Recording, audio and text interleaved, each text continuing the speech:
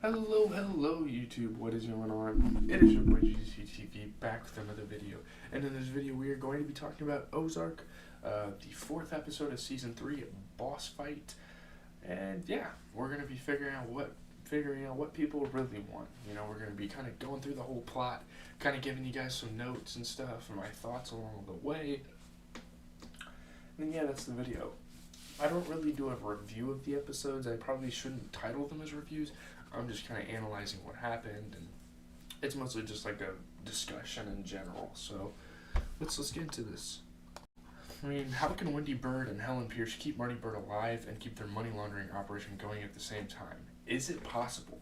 I mean, the cartel's not just going to sit back and let them do whatever the hell they want, and I think that could be the case.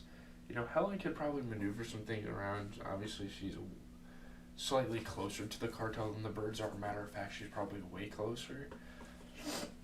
She knows all of them by name. I mean, the Birds barely know any of them. They know Mendoza, they know Navarro, that's literally it. After all, the Missouri Belle succeeds while Marty is being held prisoner by Omar Navarro, then he's no longer required to live, right? I mean, for Wendy's sake and for the fact that he's her fucking husband, yeah, maybe he does need to live.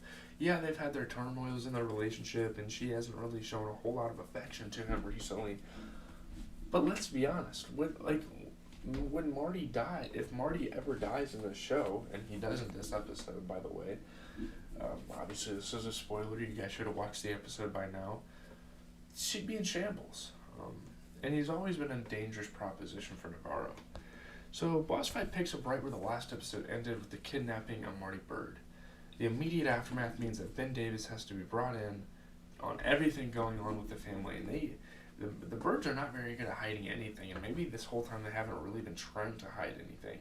They kind of have to tell people about what they're doing, you know, that get involved with their lives, because, you know, you really they don't want people to be surprised at what happens, I guess. Ruth stops him from calling the cops, and Wendy fills him in bluntly. I work for a Mexican drug cartel, which is what she pretty much tells everyone that wants to know what she does. And then there's a whole lot of panicked waiting. Ruth cries. Helen makes more calls. Wendy tries to reach Navarro. They're like, what the fuck just happened? You know, like, give me my damn husband back. Give us our partner back. What are you doing? You know? And Marty is in a cell. Is he all the way in Mexico? Probably. He's being tortured in hot, bright lights. With hot, bright lights and loud music. And, yeah, it's a classic cartel. It's a classic kind of like, I don't even know. It's definitely some cartel shit. And occasionally questioned by Navarro as to what he wants. I mean, it's a pretty good question. It's pretty important to ask a business partner. Marty always says he wants stability, but what does that mean to Navarro and his operation? What is that going to mean for them? Everyone in the Ozarks has to cover for Marty as he goes through life-changing trauma south of the border. Ruth tells Agent Miller that her boss is out of town on business, and she goes about the job of running the Missouri Belle in a way that has to be delicately balanced. She needs a balance between being legitimate and doing laundering as well for the cartel. How can she ensure Marty is seen as necessary by Navarro and Helen, and maybe even Wendy? And this could be a binary situation. I mean, Ruth's really put on the hot seat here with this episode. She plays a really important role. She has to make sure that he's needed, but at the same time, she has to make them feel like she's fucking needed as well. You know? Succeed and Marty is redundant. Fail and Helen, Wendy are. After all, Navarro really only needs one side of this turf war. Now we get flashbacks to a young Marty Bird, which is the first time in this show we've gotten this, being stuck at a hospital as his father fades from life, are cut through the episode. They're a little on the nose by the standards of this season so far. Excellent writing, especially as they keep cutting to young Marty playing a game called Beast Slayer, trying to encourage the idea that our hero will slay this beast soon, even as death lingers in the other room. You can kind of start to make predictions and have some symbolism going on with this show. Navarro tells Marty she wants it all. So what do you want? Again, it's a good question that Marty may not have asked himself. You know, and he kind of gets emotional, saying he wants to see his wife and kids. He just wants to see them. That response only earns him a beating and being called a liar, even though, what the fuck, like, what does Navarro know about Marty, you know? Marty wants more than that. Navarro needs honesty or he will likely kill Marty. I guess this is one of those tough love things. Like, I care about you enough that I need to get this out of you. You need to tell me what you really care about. I mean, in this situation, any ordinary person would want to see their wife and kids. That's nothing crazy. There's nothing crazy about that, but you need to tell me, what you want. Meanwhile, Ruth gets the operation going back to the Bell. Maya notices the spike in money being laundered and decides to walk the floor, which is something, as an FBI agent, you really shouldn't be doing. That's kind of fucked up to, encroach on a business that has been,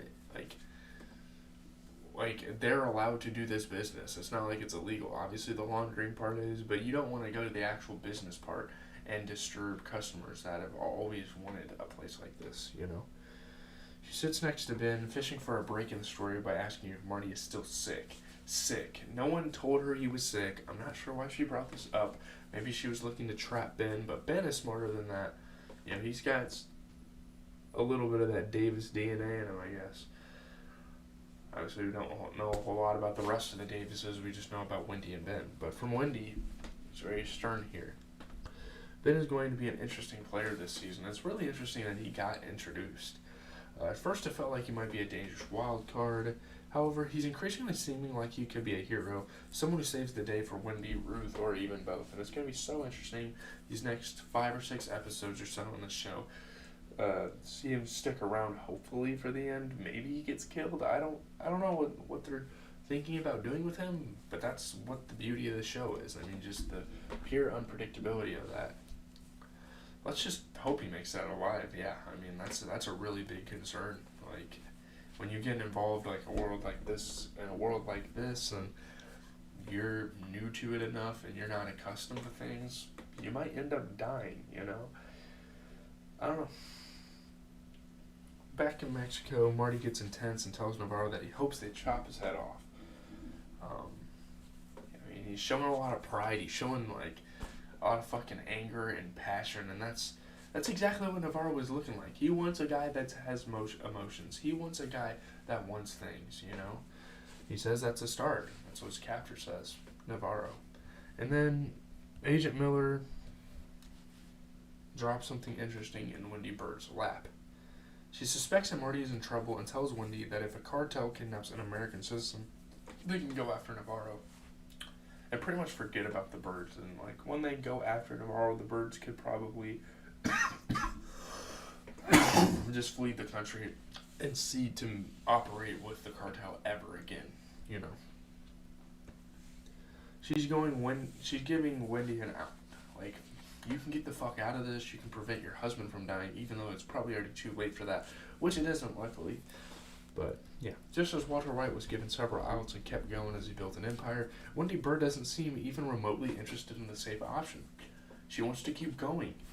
Wendy's starting to become this Walter White character, and at first it seems like Marty was almost like that Walter White character, but no, man, I mean, it's starting to become Wendy here, because she just wants more and more, and you remember from Breaking Bad, that discussion Walter White had with Jesse Pinkman about, how he invested in that company, and he left, and they only gave him, $5,000, they ended up being $1 billion company. No, we can't leave, we have to keep going, there can always be more, She could report the kidnapping, and the U.S. government would come down on Navarro and his cartel. She doesn't take it. She doesn't even appear to think about it, of course. I don't know if anyone in her situation would be thinking about it, given her mindset. Finally, Marty Bird proves his worth to Omar Navarro and is able to verbalize exactly what he wants. After showing off by moving the laundered money around in a way that releases it from a locked account, he yells at Navarro, getting in his face. He reveals 2 things. One, what he really wants is only to launder the cartel money when he thinks it's safe enough to do so, which is a fucking smart idea. Yeah, the cartel has a lot of demands and stuff, but you also want to stay away from the feds. That's another big thing. 2, he's going to compromise an FBI agent, which I'm not really sure what that means. I guess kind of make a deal with her so she fucking stays away. And after he does that, everyone is safe. He just wants safety. He just wants security in the job. And I don't think anyone can really hate on him for that. And I mean, a big storyline breakout is going to be how he's going to compromise Maya Miller. Because we see that she's a really good FBI agent. I'm gonna say is it's gonna be really difficult for Marty to pull that off. You know, the parallel with Charlotte Bird and Aaron Pierce is really cool. Their daughters of mothers involved and like the cartel shit and the drug trade. That'll be cool to look at. The new people. You know, like Maya Miller.